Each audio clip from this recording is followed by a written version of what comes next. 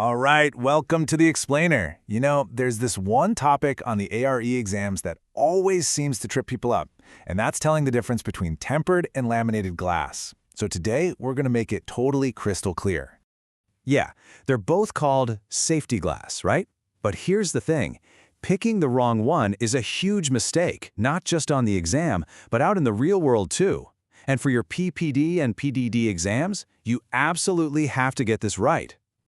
Okay, so here's our game plan. We're going to start with the basics, then really dig into each type of glass, put them head to head, and then, this is the fun part, run through some classic exam questions. We'll wrap it all up with a cheat sheet you're definitely going to want to screenshot. Let's do this. Okay, let's start with the absolute most important thing you need to remember. Honestly, if you get this one idea, everything else just falls into place. It all comes down to this: strong before break versus safe after break. That's it. That's the whole game. One glass is all about being tough before an impact, and the other is all about how it behaves after it's broken. Seriously, burn that phrase into your brain.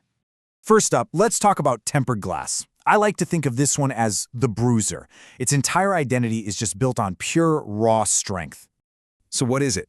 Well, it's a single sheet of glass, what we call monolithic, that's been heat-treated in a pretty cool way to create this incredible internal stress that makes it so tough. And how do they do that? It's actually a super interesting two-step dance. First, they heat it up like crazy to about 650 degrees Celsius. Then, bam, they hit it with jets of cold air to cool it down really, really fast. That's called quenching. What this does is it locks the glass into the state of permanent stress. You've got the outside surfaces squeezing inward, that's compression, while the inside core is being pulled apart, that's tension.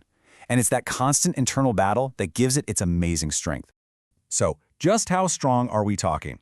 We're talking 4 to 5 times stronger than regular, untreated glass. That is a huge difference.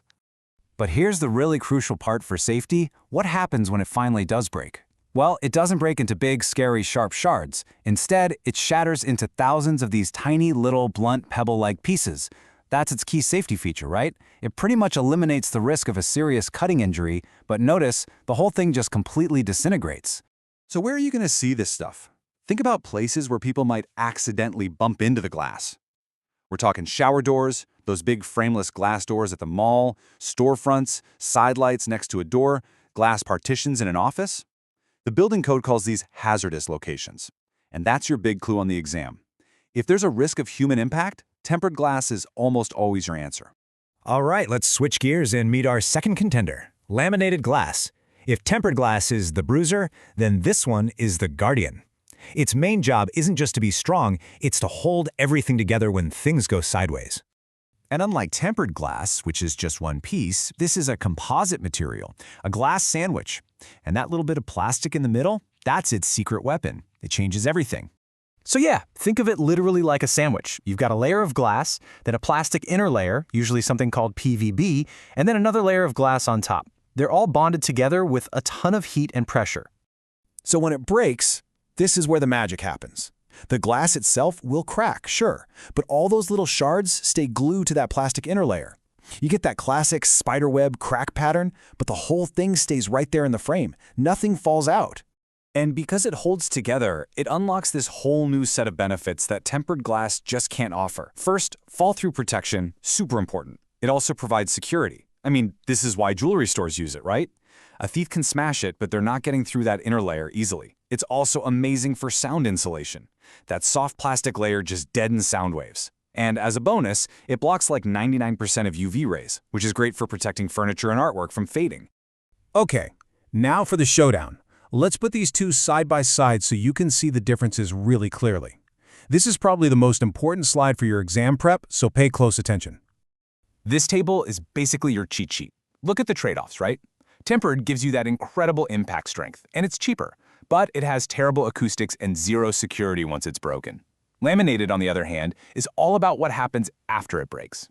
It offers great security and soundproofing, but it's going to cost you more. This is the exact kind of decision-making matrix you'll be using on the ARE. All right, theory is great, but let's see how this plays out in some classic exam-style questions. This is where the rubber meets the road. So here's the scenario. An exam question asks you to pick the glass for a huge skylight, and it's hanging right over a busy public atrium. What do you choose? I mean, really think about it. What's the #1 absolute worst-case scenario here?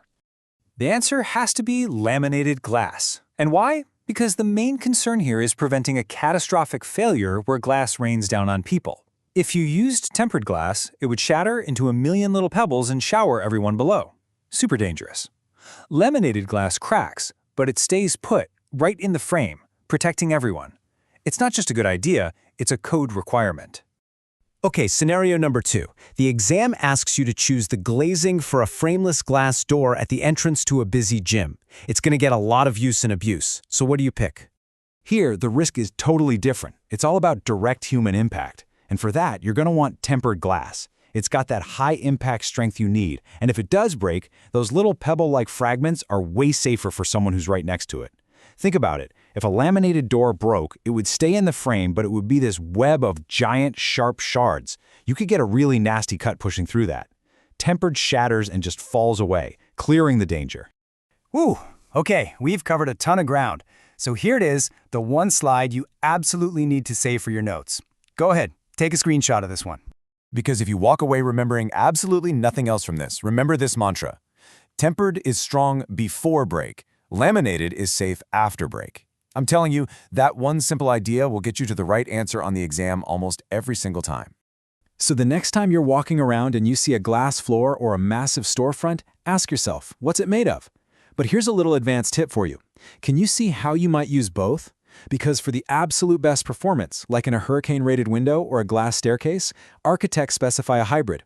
They'll take 2 pieces of tempered glass and then laminate them together. That way, you get the best of both worlds, incredible strength, and it holds together if it breaks. Understanding that is what takes you to the next level. So keep looking, keep asking why, and good luck on your exams.